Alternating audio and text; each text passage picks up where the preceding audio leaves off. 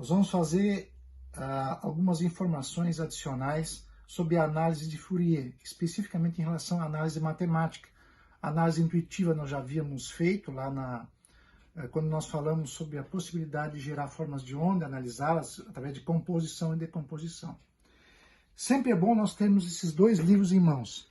O Manual de Formas e Tabelas Matemáticas, da coleção Schaum, outro similar, e esse de análise de Fourier, que é sensacional, que também é da coleção Schaum. Ambos nos trazem muitas informações valiosas sobre esse tipo de coisa.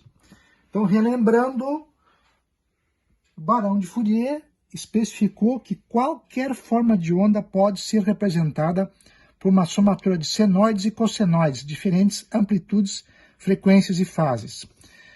Expressando isso através de uma série, nós temos uma composição, termo independente, mas um conjunto de termos em relação a cosseno, que é os A vezes o cosseno, e os termos em B multiplicados os senos.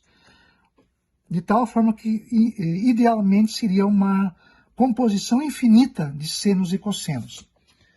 Ou, de uma forma mais sintética, a representação pode ser o termo independente mais um somatório de termos em cosseno e termos em seno. Ora, além disso, nós temos que nos lembrar que as funções têm algumas propriedades, como, por exemplo, a propriedade de ela ser par, ou seja, ela tem uma simetria em relação ao eixo vertical. É como se fosse um espelhamento, né? Esse tipo de função vai apresentar coeficientes de seno, ou seja, os Bn zerados. O outro caso, quando a propriedade da função é ímpar, neste caso, a parte positiva, ou seja, do lado direito do meu eixo vertical, apresenta uma função positiva e o lado esquerdo, né, uma característica negativa. Esse tipo de função apresenta os coeficientes de cosseno, os AN zerados. Finalmente, o cálculo dos coeficientes pode ser representado por integrações. O termo constante, que seria o valor médio, ou nível de corrente contínua, né, inicial, ele é representado por uma expressão que é similar à do valor médio. E os termos em cosseno e em seno são representados por AN e BN. São duas integrais específicas. Vamos exemplificar. Se nós procurarmos calcular a série trigonométrica de Fourier para este exemplo, que é uma onda quadrada. Uma onda quadrada ela é muito importante. Hoje, os principais sinais que trafegam em redes, em sistemas de telecomunicações, sistemas microprocessados, são retangulares ou quadrados, né? E até mesmo no eletrônico de potência nós temos isso. Primeira coisa, nós temos que fazer a análise preliminar do sinal. Vamos analisar a função. Vejam, ela tem uma amplitude 1, de menos π sobre 2 a mais π sobre 2, e o período dela é 2π, de tal forma que a frequência angular é unitária. O segundo passo, eu pego a expressão da série de Fourier e analiso ela considerando se tem uma possibilidade de uma parte ser par ou ímpar. Nesse caso, há claramente uma simetria em relação ao eixo vertical, há um espelhamento, portanto, a função é par. Os termos Bn são zerados. Então, nós calculamos o termo independente a seguir, usando a expressão do valor médio.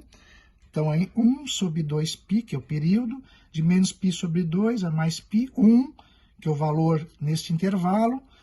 Nós usamos a integral de dx, né? Vai ser o próprio x, ou seja, o t nesse caso. E, portanto, finalmente, vamos obter o termo independente como meio, 1/2. Os coeficientes AN, 2 sobre 2π, que é o período, de menos π a π sobre 2, vezes 1, cosseno de n, vezes 1, que é a frequência angular, ω0, t dt. A integral de cosseno de A é seno de A sobre A, de tal forma que nós podemos, então, obter aqui a integração.